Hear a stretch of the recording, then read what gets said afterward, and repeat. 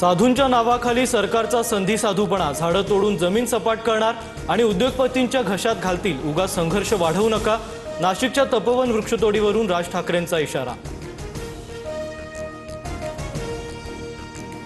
आमचे सगळे प्रकल्प पर्यावरणपूरक असतात. पर्यावरणाचा समतोल राखणं ही शासनाची भूमिका.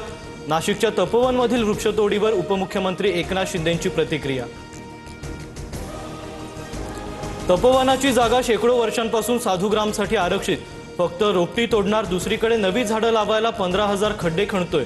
मंत्री गिरीश महाजनांचं वक्तव्य.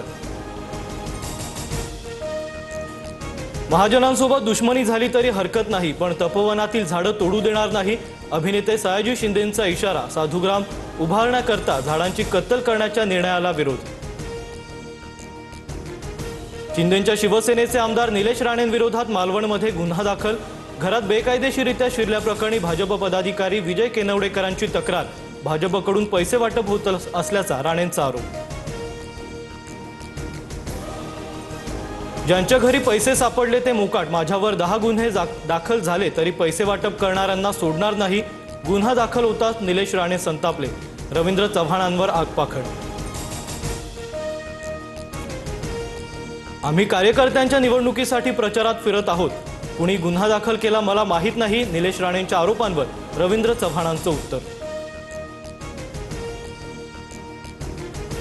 शिंदेंच्या शिवसेनेतील इतर नेते रवींद्र चव्हाणांवर का बोलत नाहीत? निलेश राणेंना बळीचा बकरा बनवलं जातंय, एकटं पाडलं जातंय.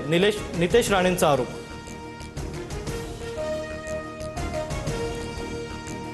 पवारांची राष्ट्रवादी आणि ठाकरेंची सेना काँग्रेसवर नाराज. विश्वासात न घेता स्वबळाची घोषणा केल्यानं नाराजी. चिन्निथलांनी ठाकरेंना मुंबईत चर्चा करू असं कळवलं होतं. सूत्रांची माहिती. नीती, नियत आणि निधी घेऊन आम्ही बोलतो. देवाभाऊ मुख्यमंत्री असेपर्यंत लाडकी बहीण योजना बंद होणार नाही. भद्रावतीतील प्रचार सभेत मुख्यमंत्री फडणवीसांची ग्वाही. आपल्या पाठीशी देवाभाऊ आहे, धमक्यांना घाबरू नका. बोर्डीकरांची लेख सर्वात मोठी डॉन. परभणीच्या पालकमंत्री मेघना बोर्डीकरांचा विरोधकांना इशारा. मस्साजोगचे सरपंच संतोष देशमुखांचं आज प्रथम पुण्यस्मरण. सर्व पुरावे असतानाही न्याय मिळवण्यासाठी दिरंगाई का? आमचा निष्पाप माणूस क्रूरकर्मी लोकांनी मारला.